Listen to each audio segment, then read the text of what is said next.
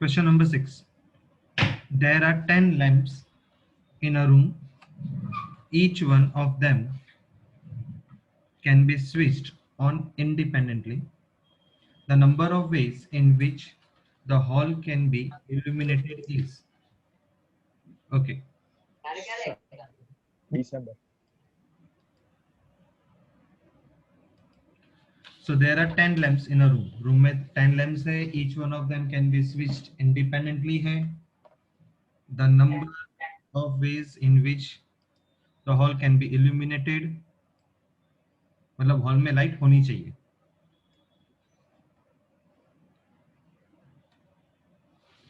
Okay.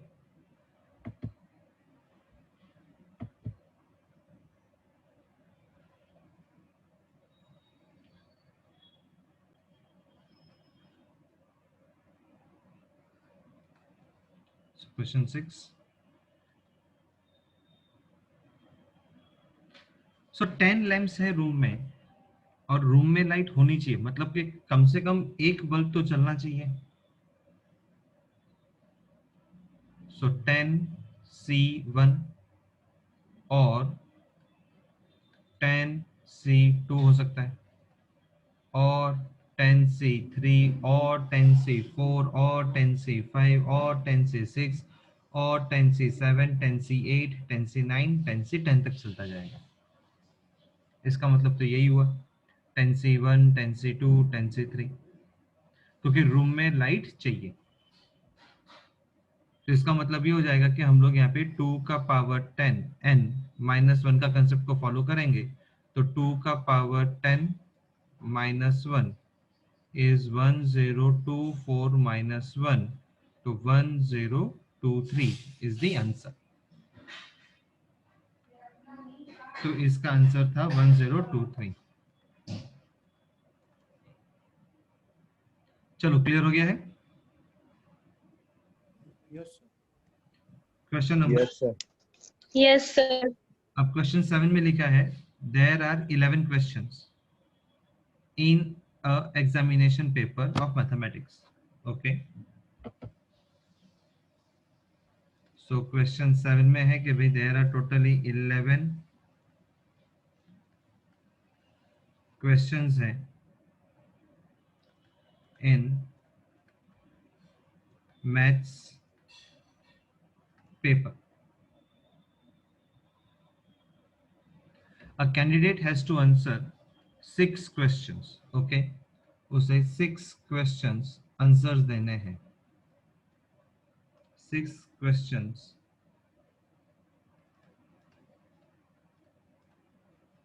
to answer,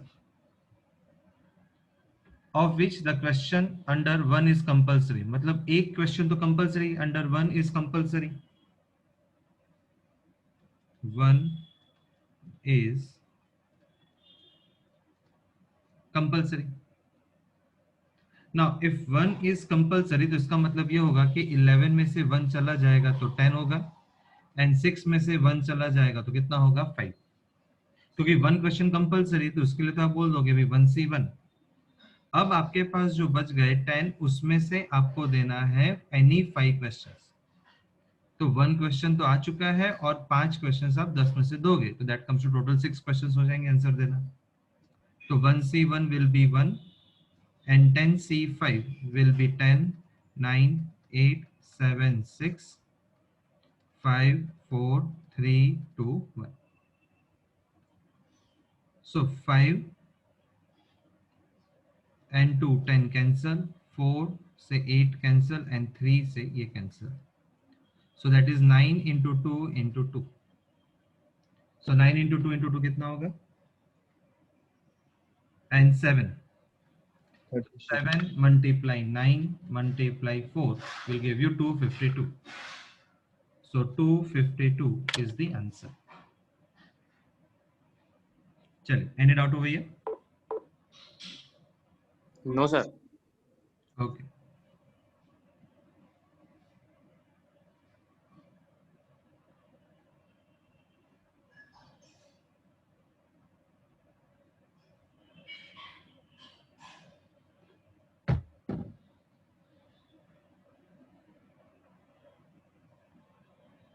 8,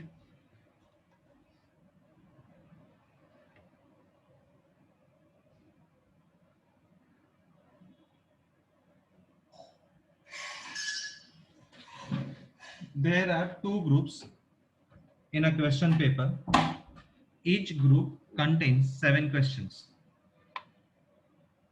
A candidate has to answer questions, but taking not more than 5 from any group. The total number of selections of 9 questions is. Okay.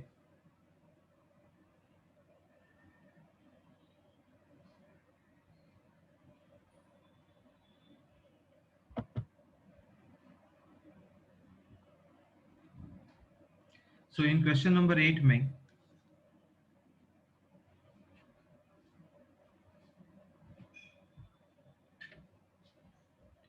there are two groups. So group 1, group 2.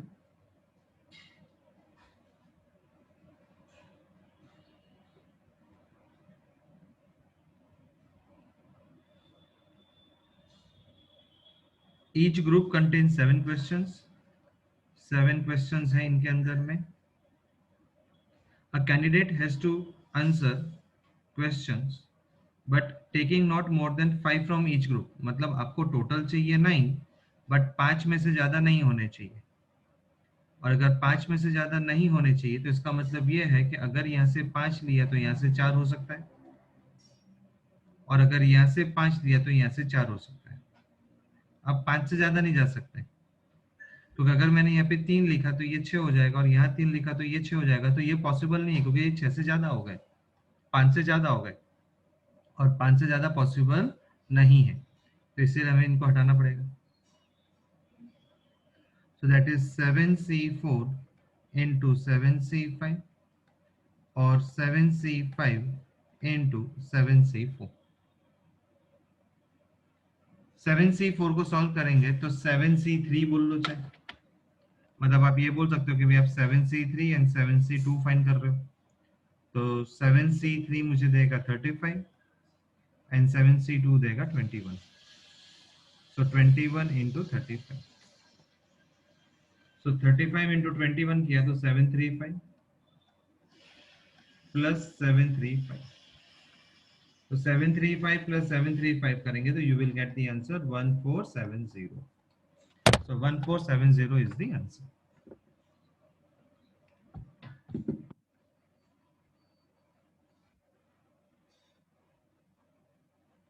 So 1470.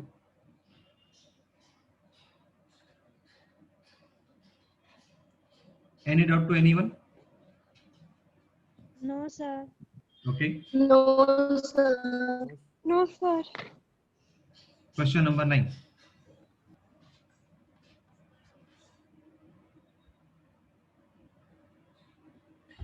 There are 10 points in a plane, and among them 4 are collinear. The total number of triangles formed by joining them is. तो कहने का मतलब ये होता है कि भाई ये एक टाइप का प्लेन है, और इस प्लेन के अंदर में सपोज मान लो कि 10 पॉइंट है. 1 2 3 4 5 6 7 8 9 और ये 10 ऐसे 10 पॉइंट्स है, और इसमें से कोई भी जो है वो लाइन में नहीं है. मतलब एक पॉइंट इधर है तो एक पॉइंट इधर, ऐसा सब अलग अलग है. और यहाँ से आपको ट्राइंगल बनाना है. तो ट्राइंगल बनाने का मतलब ये नहीं क्या होगा कि I can make diagram in this way, और even I can go with diagram in this way, even I can make the triangle in this way, I can make the triangle in this way, I can make the triangle in this way, I can make the triangle in this way, I can go with this way. तो ऐसा वैसे कितने triangles बना सकते हो, ये हमें find करना है. तो टोटल कितने पॉइंट्स थे हमारे पास? 10 पॉइंट है. ट्राइंगल बनाने के लिए कम से कम 3 पॉइंट चाहिए. दैट मीन्स 10C3, मतलब 10 में से कोई भी 3 पॉइंट हो सकते हैं. सो 10 9 8 3 2 1 हो गया. तो 3 and 10 कैंसिल, सॉरी 9 कैंसिल 3, 2 से ये कैंसिल होगा तो I will get 5. So 15 into 8 करोगे तो 120, मतलब यहाँ पे मैं 120 ट्राइंगल्स बना सकता हूँ. I can make 120 triangles. But हमारे क्वेश्चन में ये लिखा है कि 4 points are collinear. 4 points are collinear. Collinear का मतलब होता है कि 4 पॉइंट जो है वो एक ही लाइन में आ रहे हैं. यहाँ अंदर, मतलब यहाँ अंदर में 4 पॉइंट एक ही लाइन में. तो इसका मतलब होगा अगर 4 पॉइंट एक लाइन में है तो हम उतने ट्राइंगल नहीं बना सकते. मतलब 4C3 से उतने ट्राइंगल हम बना नहीं सकते. तो हमें क्या करना पड़ेगा, 4C3 माइनस करना पड़ेगा टोटल ट्राइंगल से 120. और 4C3 से हम कितने ट्राइंगल बना सकते थे, तो 4 इंटू 3 इंटू 2, 3 इंटू 2 इंटू 1, तो हम 4 ट्राइंगल बना सकते थे. तो हमें क्या करना पड़ेगा, 120 में से 4 को माइनस करना पड़ेगा, क्योंकि 120 थे टोटल ट्राइंगल्स और 4C3 था कोलिनियर पॉइंट्स का. तो इसलिए हम अब टोटल ट्राइंगल्स कितने बना सकते हैं, 116. सो 116 is the answer. Question number 10.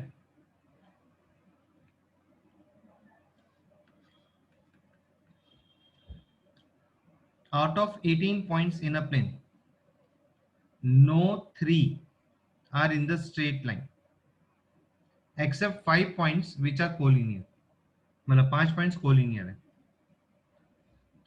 Then the number of straight lines obtained by joining them. अब आपको यहाँ पे क्या फाइंड करना है, स्ट्रेट लाइन फाइंड करना है.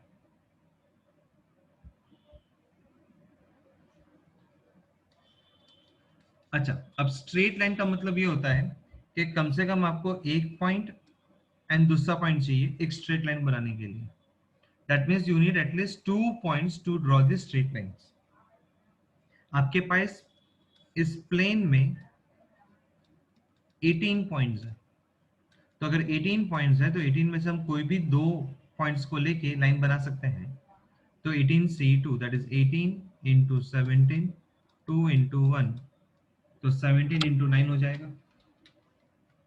So you will get 153.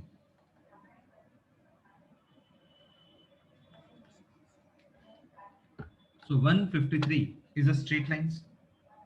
But अब क्वेश्चन में ये लिखा है कि 5 पॉइंट्स कोलिनियर है. मतलब 1 2 3 4 5, ये 5 पॉइंट्स कोलिनियर है.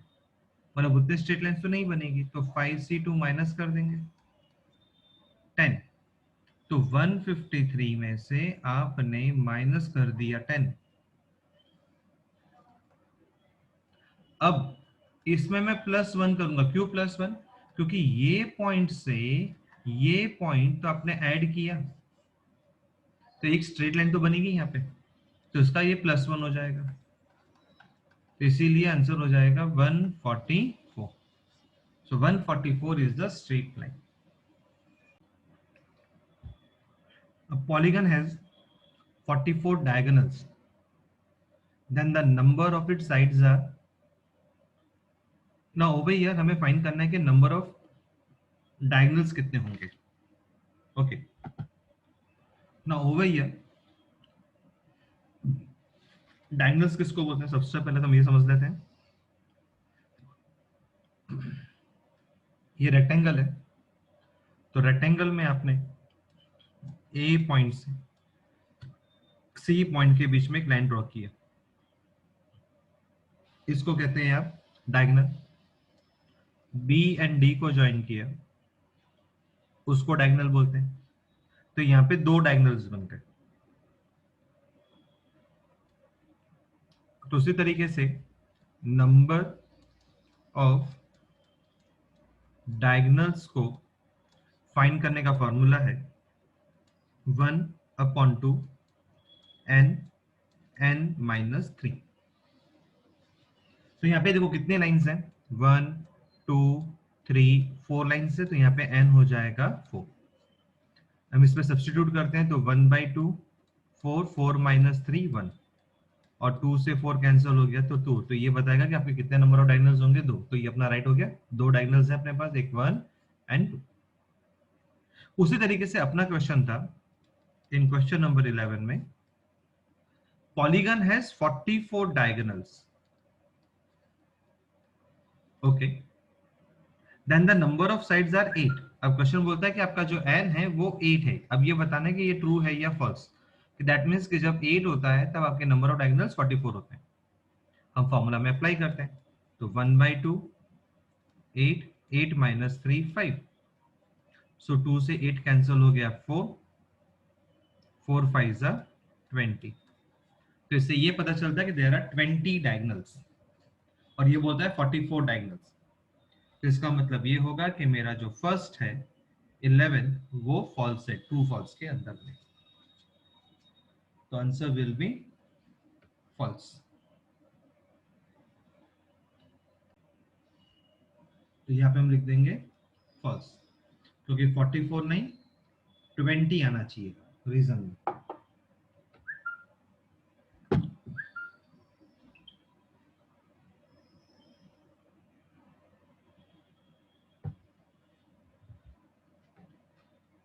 Total number of 9 digit numbers हैं which have all different digits is 9 into 9 factorial. Make that correction. ये करेक्शन कर देना। अब आपके पास टोटल 9 डिजिट नंबर्स है, तो अगर मैं बात करता हूँ 9 डिजिट नंबर्स है तो दैट मीन्स 1 2 3 4 5 6 7 8 9। टोटल 10 डिजिट्स होते हैं हमारे पास 0 से लेके 9, बट पहला नंबर तो 1 से लेके 9 के बीच में ही आएगा, इसलिए हम बोलते हैं 9p1। बाद में 0 आ सकता है, और वो भी डिफरेंट डिजिट्स बोले थे, तो इसका मतलब यानी क्या होगा 9p1, क्योंकि एक नंबर आ चुका है, तो 9p1 8p1 7p1 और ये चलता जाएगा अप टू 2p1 तक। तो तब हम बोलते हैं 9 into 9 फैक्टोरियल, बिकॉज 9 8 7 6 5 4 3 2 करोगे तो that is considered as 9 factorial. इसलिए 9 into 9 फैक्टोरियल, और यहाँ पे ये फैक्टोरियल आएगा, करेक्शन करना है, तो इसलिए ये क्या हो जाएगा 2। चलिए समझ में आ गया ये? सर फिर से समझाओ ना। Okay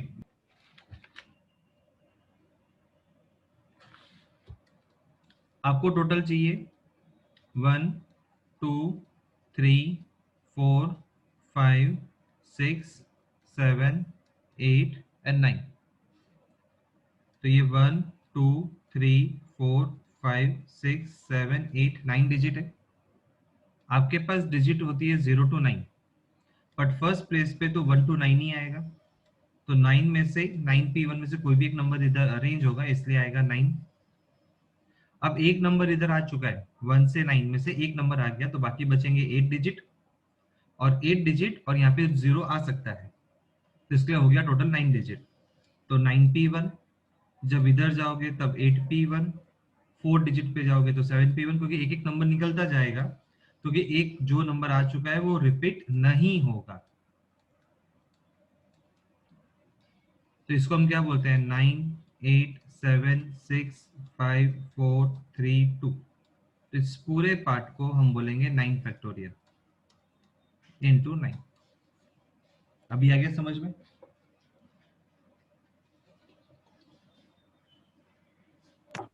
yes sir.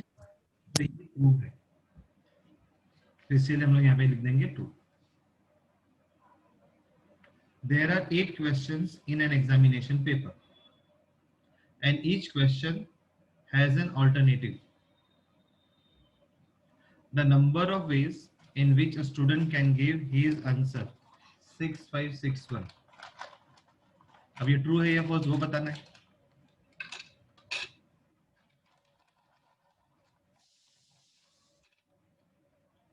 अब देखो, इसके लिए मैं आपको पहले जाने से पहले एक छोटा सा एक एग्जांपल देता हूं।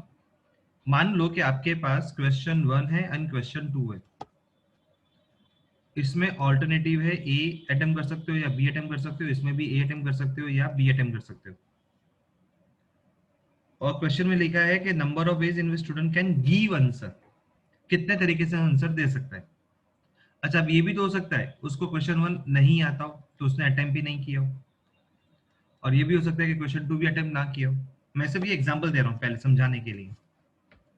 तो कितने तरीके हैं मैं क्वेश्चन 1 और 2 को अटेम्प्ट कर सकता हूँ। अगर 1 का ए अटेम्प्ट किया तो 2 का ए हो सकता है, और अगर 1 का ए है तो 2 का बी हो सकता है, और अगर 1 का ए है तो मैं बी अटेम्प्ट नहीं करूं, मुझे आता ही नहीं हो, नॉट अटेम्प्ट। और अगर मैंने बी अटेम्प्ट किया तो इसका ए हो सकता है, बी किया तो इसका भी बी हो सकता है, और इसका अगर बी है तो ये नॉट अटेम्प्ट भी हो सकता है। अगर मेरे को क्वेश्चन 1 नहीं आता है तो मैंने क्वेश्चन 2 का ए अटेम्प्ट कर लिया, क्वेश्चन 1 का अटेम्प्ट नहीं किया तो बी अटेम्प्ट कर सकता हूँ 2 से, और ये भी हो सकता है कि मैंने दोनों ही अटेम्प्ट नहीं किए, दिस इज ऑल्सो पॉसिबल। तो in short there are how many possibilities, तो 1 2 3 4 5 6 7 8 9, मतलब देयर आर 9 पॉसिबिलिटीज हैं जब क्वेश्चन 1 एंड क्वेश्चन 2 है, तो कि हम 9 तरीके से अटेम्प्ट कर सकते हैं।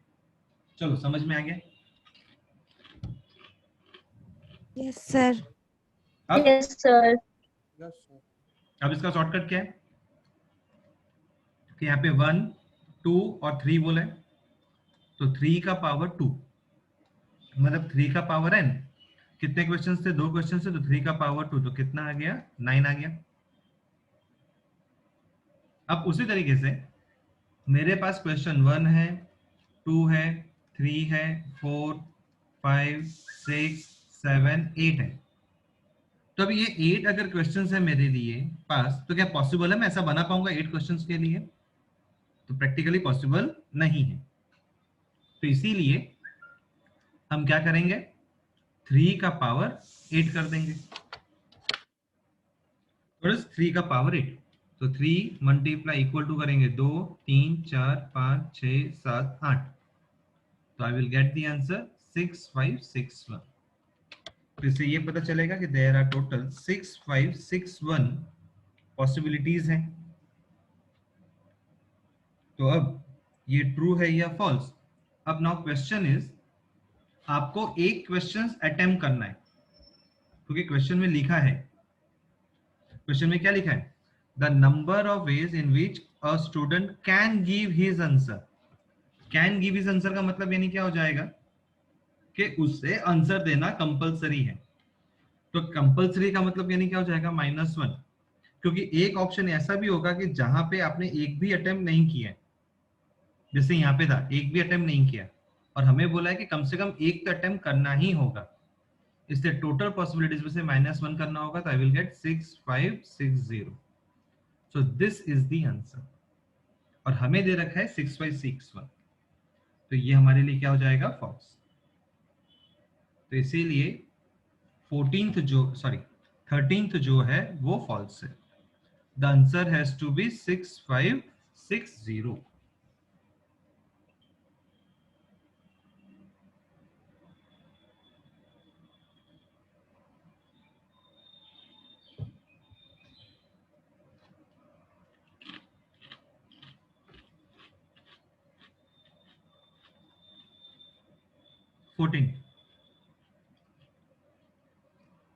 In a football competition, there are 153 matches.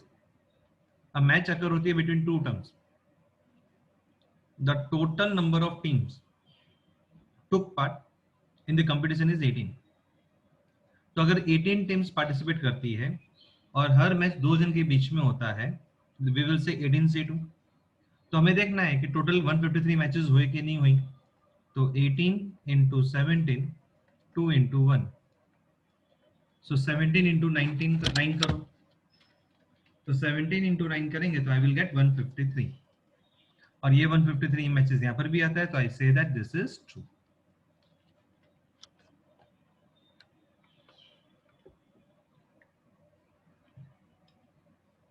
Fifteenth,